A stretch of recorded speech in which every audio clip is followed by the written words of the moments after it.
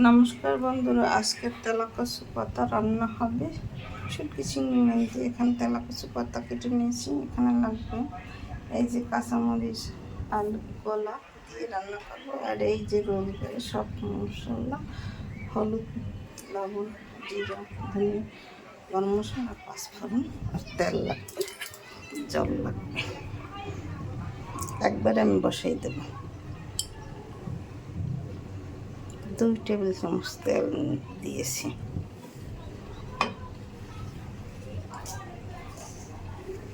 পাঁচফোড়ন দিয়ে দিলাম। আলু আর কলাটা ভেজে নিব তেলে।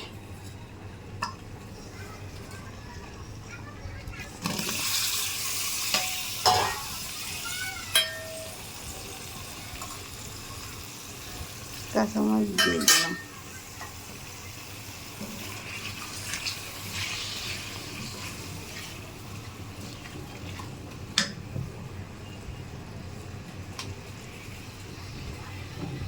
আধা চামচ লবণ,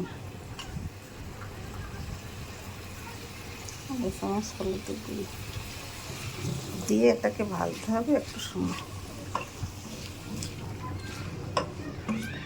এই কাঁচকলা আলু দিয়ে তেলাকচুর পাতা রান্না করে খেতে খুব দুর্দান্ত স্বাদ হয়। এটা ভাজা করে তৈরি হয়ে গেছে।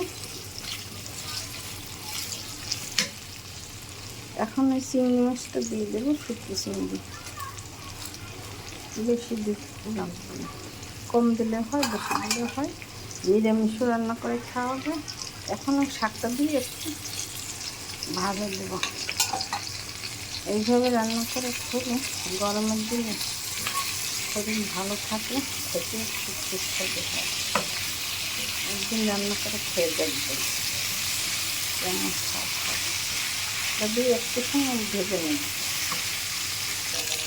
একটু আদা দিয়েছি আর ওই জন্য একটু দিয়েছি। সামান্য উপকরণে এটা রান্না করা হয়ে যায় তাড়াতাড়ি। এভাবে আলু কলা দিয়ে তেলাকচুর পাতা দিয়ে রান্না করে খেয়ে দেখবেন, খেতে খুব সুস্বাদু লাগবে। আমার তো ভাজা তৈরি হয়ে গেছে। এখন জল দিয়ে দেবো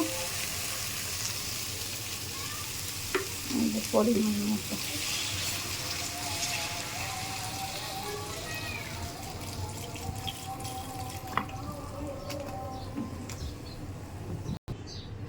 জলটা গরম হয়ে গেছে। এখন এই জিরে, ধনিয়া, গরম মশলা, হলুদ গুঁড়ো দিয়ে দিলাম 1 চামচ করে। আমি ঢাকনা দিয়ে একটু রান্না করলে তৈরি হয়ে যাবে কলা আলু পিঁপড় শাক দিয়ে।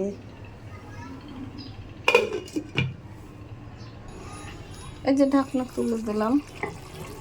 আমার কলা আলু পিঁপড় শাক দিয়ে রান্না করা তৈরি হয়ে গেছে। এরকম নতুন নতুন ভিডিও পেতে আমার চ্যানেলটিকে লাইক, কমেন্ট, শেয়ার দিয়ে পাশে থাকবেন।